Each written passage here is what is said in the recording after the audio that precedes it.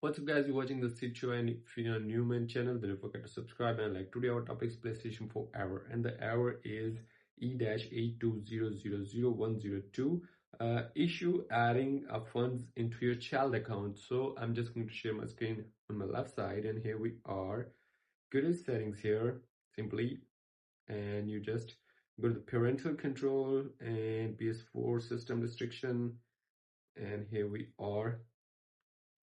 At the age level, you just set your age level, allow. Sometimes you just set under 18, that's why your payment or funding is not going to add, or credit information is not going to add.